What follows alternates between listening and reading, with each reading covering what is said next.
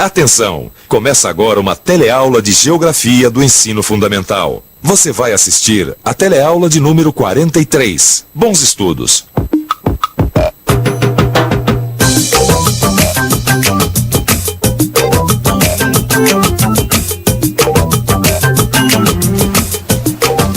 Nesse meu trabalho, eu encontro correspondências que vêm de diversos países da Europa. Portugal, Itália, Espanha, França. Aí eu fico pensando, quantas línguas diferentes existem num só continente? Quanta história tem lá? Quantos artistas, quantos cientistas? Eu sei que a Europa foi muito poderosa no passado. Mas e hoje em dia? Como é que será que ela está economicamente? Ah, você também gostaria de saber? Ótimo, porque é justamente esse o assunto da nossa teleaula de hoje. Na teleaula de hoje, você vai estudar o Tratado de Roma, que deu origem ao mercado comum europeu, e o Tratado de Maastricht, que estabeleceu as bases para a União Europeia.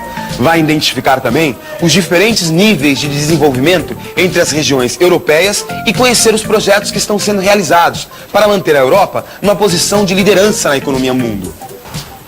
E aí, Antônio, tudo bem? Ô, Pedrão, quais são as novidades? Fala aí. Hoje nós vamos fazer uma viagem para a Europa. Opa, tô nessa, hein? Eu tô lendo um artigo que explica como é que se originou a União Europeia. É super interessante.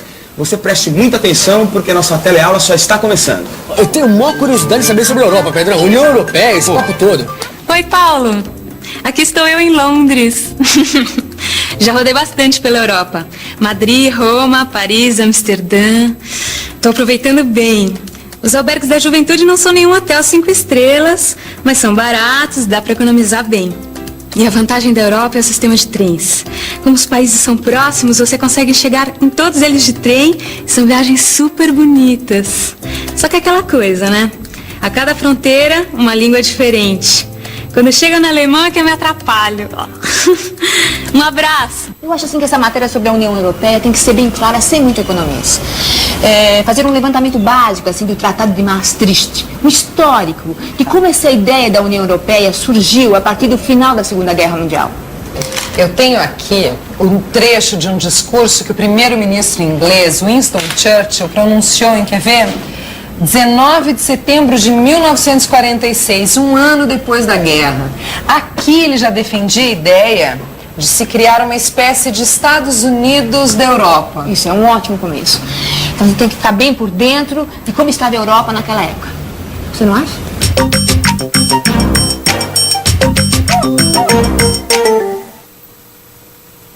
Depois da Segunda Guerra Mundial, que terminou em 1945, a Europa estava devastada.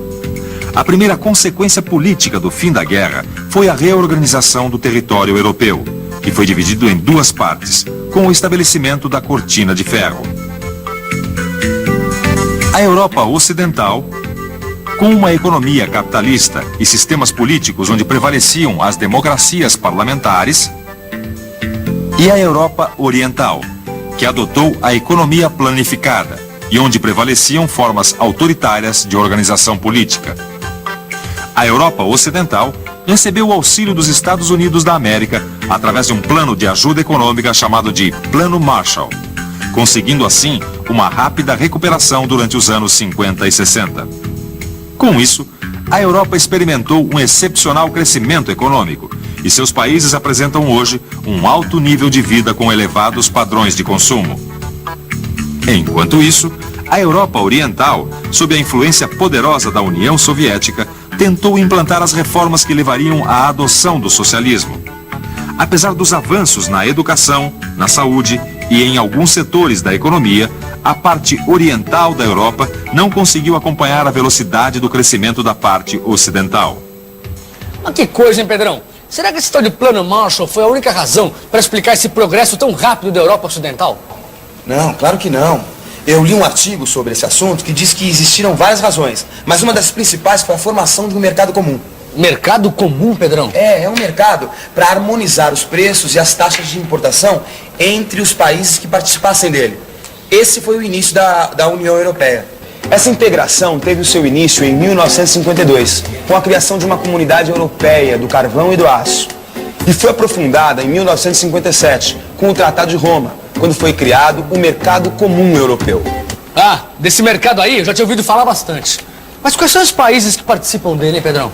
Bom, a princípio, o Mercado Comum Europeu contava com 6 países. Alemanha, Itália, Bélgica, Holanda, Luxemburgo e França. Mas os bons resultados da integração levaram outros países europeus a ingressarem nele, sendo que em 1986 já eram 12 os países integrantes. Juntaram-se aos outros a Inglaterra, a Grécia, a Espanha, a Dinamarca, a Irlanda e Portugal. Em 1991, representantes desses 12 países se encontraram numa cidadezinha holandesa chamada Maastricht e avançaram mais ainda o processo de integração, definindo os objetivos políticos e econômicos do que agora era chamada a União Europeia. Posteriormente também, ingressaram na União a Áustria, a Finlândia e a Suécia. Agora está bem claro para mim. Foi um processo que se iniciou em torno do carvão e do aço, estendeu-se para um mercado comum europeu no Tratado de Roma e depois fixou-se como União Europeia no Tratado de Maastricht. Agora a gente sabe qual foi a origem da União Europeia, mas eu gostaria de saber mais coisas sobre ela. É mesmo. Agora, quais são as vantagens que ela oferece para os países membros? As 4 liberdades. Desde 1º de janeiro de 1993, passaram a vigorar entre os países membros da União Europeia as chamadas 4 liberdades. As 4 liberdades, bom, com certeza uma é a livre circulação de mercadorias por causa do comércio. E as outras, hein? É fácil, dona Lia. Olha, é só pensar em tudo aquilo que facilita a integração de todos esses países, né? E que colabora também para o crescimento econômico. A livre circulação de mercadorias, de serviços, de capitais e, claro, de pessoas, né? Mas espera, deixa eu ver então se eu entendi. As pessoas que são cidadãs de países membros, elas podem circular sem passaporte? Claro. E não é só isso, não. Olha, se um italiano quiser passar suas férias na Alemanha, por exemplo, ele não precisa mais se preocupar com o passaporte. Aí também, ele não vai pagar imposto nenhum quando voltar com as suas compras para a Itália. Olha, os trabalhadores vão poder oferecer o seu trabalho em qualquer país da União. E a mesma coisa acontece com os bancos, com as empresas. Vão poder buscar os seus clientes em qualquer país membro da comunidade. E assim por diante, né? Para facilitar a integração econômica, o comércio e os investimentos, entrou em vigor em 1999 a moeda única, o euro. Mas o espaço geográfico da União Europeia não é homogêneo. A área de maior desenvolvimento estende-se do sul da Inglaterra ao norte da Itália. Nela se localizam os grandes centros industriais e financeiros, isto é, os centros de decisão da economia europeia.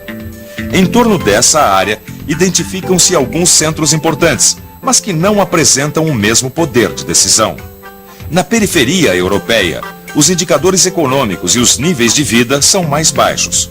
No entanto, os investimentos de capital que nela vêm sendo feitos procuram diminuir as diferenças existentes em termos de infraestrutura e de qualidade de vida. Em 2007, 50 anos após a formação do mercado comum, 27 países integram a União Europeia. Esse número continua subindo, com as candidaturas da Turquia, da Croácia e da Macedônia, o que está aproximando a Europa dos países de religião muçulmana.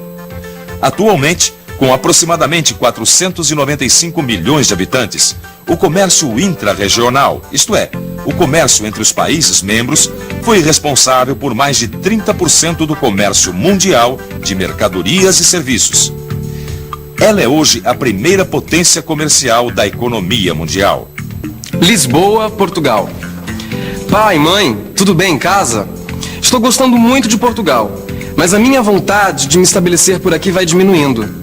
Eles estão colocando muitos obstáculos para quem vem de fora, principalmente agora que Portugal faz parte da União Europeia e tem que seguir as regras da comunidade, que cria muitas restrições a imigrantes.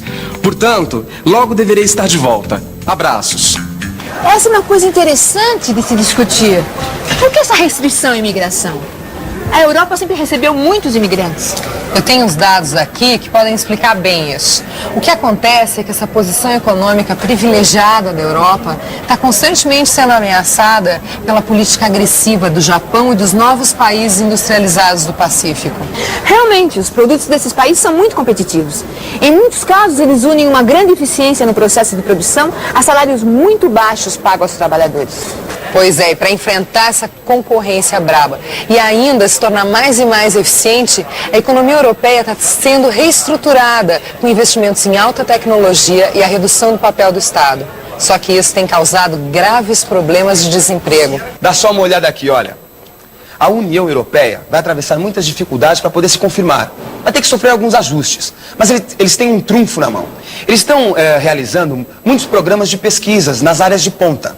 Olha aqui. Informática, telecomunicações, novos materiais, pesquisa espacial, biotecnologia. Isso tudo vai permitir à União Europeia manter uma posição competitiva diante dos outros blocos econômicos. Pelo visto a gente vai ter que correr atrás. O século XXI já chegou.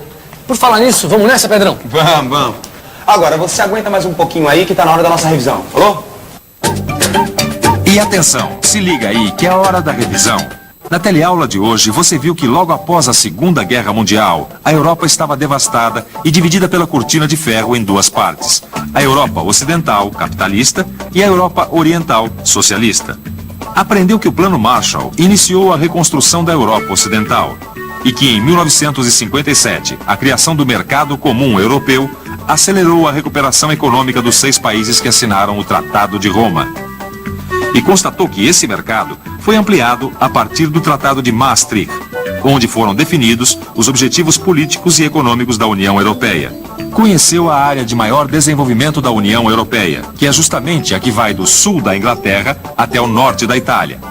Viu finalmente que a reestruturação da economia europeia, visando enfrentar a concorrência dos outros grandes blocos econômicos, tem provocado consequências sociais negativas, como o desemprego e a rejeição à entrada de imigrantes, mas que a União Europeia tem grandes trunfos econômicos para se manter em posição competitiva e o principal deles é o investimento nas áreas de ponta. Agora é sua vez de aprofundar todos esses temas com o seu livro de estudos. Até a próxima.